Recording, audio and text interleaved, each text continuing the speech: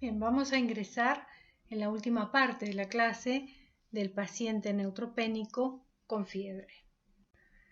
Y vamos a considerar otras infecciones que pueden ocurrir y algunas conclusiones. Dentro de otras infecciones que pueden ocurrir en el paciente neutropénico febril están las infecciones fúngicas invasivas.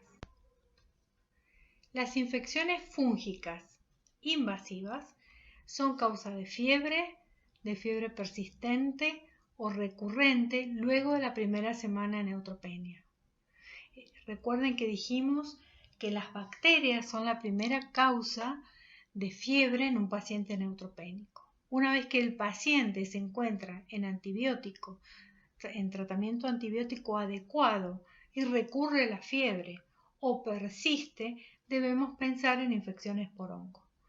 Las infecciones por hongo en general son severas y aumentan la morbimortalidad. Tienen una frecuencia del 2 al 10% de las infecciones documentadas que ocurren en estos pacientes, y cuando hay neutropenia persistente pueden ser responsables hasta el 30% de la etiología. La incidencia real está subestimada. ¿Por qué? Porque es difícil su diagnóstico. Y el agente más frecuente, en más del 80%, son las cándidas. Candida albicans, probablemente la más frecuente, pero también puede haber tropicalis, glabrata, entre otras. Y esta es más o menos la frecuencia de los hongos. Cándida, como dijimos en primer lugar, pero es seguida por el aspergillus, con los cuadros de aspergilosis, sobre todo pulmonar invasiva, de altísima morbimortalidad, los mucorales y los fusarios con menor frecuencia. Entonces, las infecciones fúngicas, recordemos que son comunes en pacientes de alto riesgo, por lo tanto, en general lo vamos a encontrar con enfermedad de base hematológica. Aumentan con la duración y la gravedad de la neutropenia, el uso prolongado de antibióticos y el número de ciclos de quimioterapia. Y rara vez son la causa del primer episodio febril en los neutropénicos. ¿Cómo hacemos el diagnóstico? El diagnóstico micológico por examen directo de la muestra, un lavado bronquialveolar, un esputo o cualquier otra muestra, y el cultivo tienen baja sensibilidad. Un examen directo negativo con un cultivo negativo no lo excluye.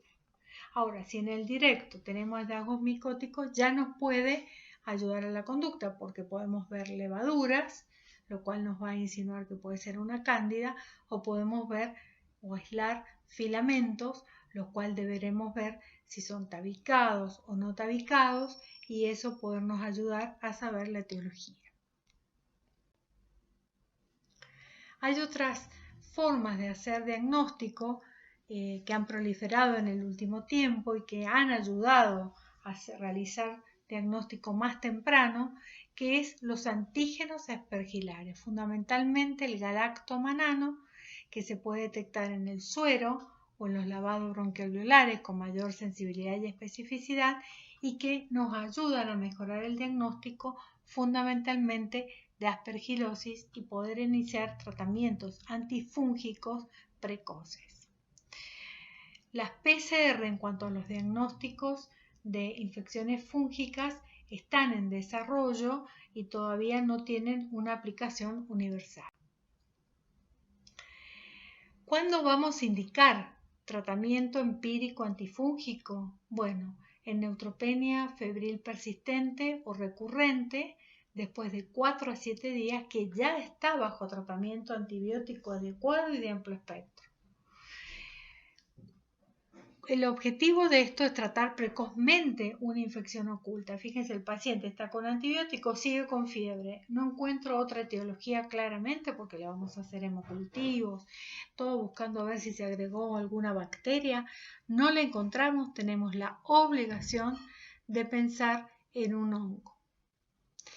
Y el riesgo de la infección por hongos oculta puede ser hasta en un 30% de un paciente con neutropenia y fiebre persistente. Bien, ¿cuál es el tratamiento empírico antifúngico?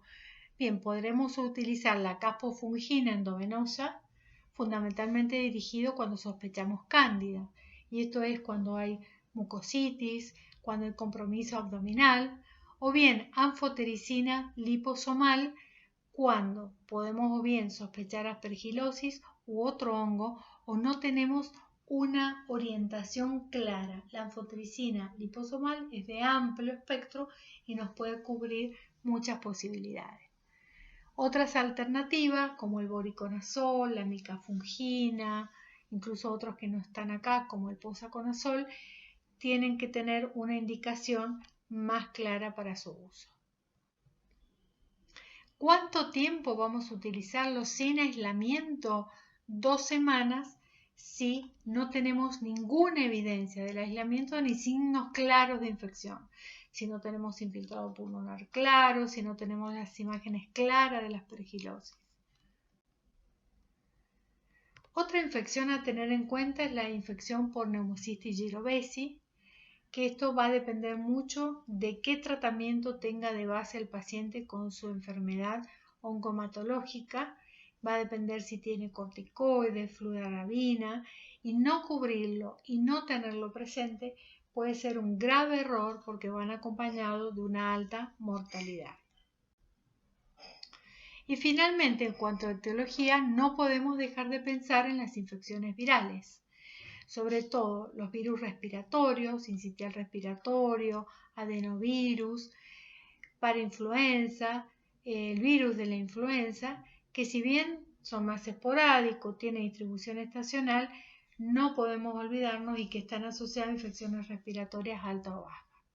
Y también el virus de los grupos herpes, donde muchas veces el paciente además tiene reactivación de su herpes y puede aparecer en el curso de la neutropenia. También pueden estar asociados a distintos medicamentos utilizados para el tratamiento de su enfermedad de base. Y en general la presencia de mucositis favorece mucho la reactivación de estos virus. Bueno, vamos a iniciar unos comentarios finales donde en primer lugar vamos a mencionar el uso de los factores estimulantes de colonia, tratando de promover recuperar esa neutropenia y controlar la infección. Bueno, en distintos estudios se ha visto que los factores estimulantes reducen la incidencia de neutropenia, tanto en tumores sólidos como en linfomas, favorecen tener menos días de hospitalización porque el paciente recupera ante los neutrófilos, hay menor uso de antibiótico, pero no modificaron la mortalidad. Es decir, que tiene un uso que se puede discutir en cuanto que no impacta en la mortalidad. También en los pacientes que tienen enfermedades de base con riesgo elevado, fundamentalmente las hematológicas, y sabiendo que van a desarrollar infecciones bacterianas, fúngicas y virales, se utiliza muchas veces hacer profilaxis con algunos de estos agentes antes que el paciente desarrolle la fiebre mientras está con la neutropenia. Y esto retarda el inicio de los tratamientos mucho más agresivos con antifúngicos, con antibióticos o antivirales. Es muy importante en los pacientes, si lo podemos, vacunar de todo lo que se pueda, que vamos a elegir vacunas no a virus ni bacterias vivas, en lo posible antes que sean inmunodeprimidos. Y no olvidar, y tan importante, son todas las medidas de control de infecciones, porque le puedo poner los antibióticos que sea al paciente, pero si no hay un lavado de manos adecuado, si no se utiliza el elemento de contacto con el paciente, si no se tiene un control de la comida, del agua segura, de la ventilación, estamos favoreciendo que las infecciones puedan persistir y prolongarse en estos pacientes. Y no olvidar que puede haber fiebre de causas no infecciosas. Las transfusiones, el uso mismo de los factores estimulantes, las enfermedades de base que pueden dar fiebre y algunos medicamentos. Ahora sí, como conclusión, el paciente con neutropenia y fiebre es una urgencia infectológica Es imprescindible la anamnesis y examen físico en busca de un foco de infección. Hay que hacer un inicio precoz del tratamiento empírico y que este tiene que ser apropiado. Vamos a categorizar a los pacientes en alto o bajo riesgo de infecciones severas, de complicaciones y de mortalidad.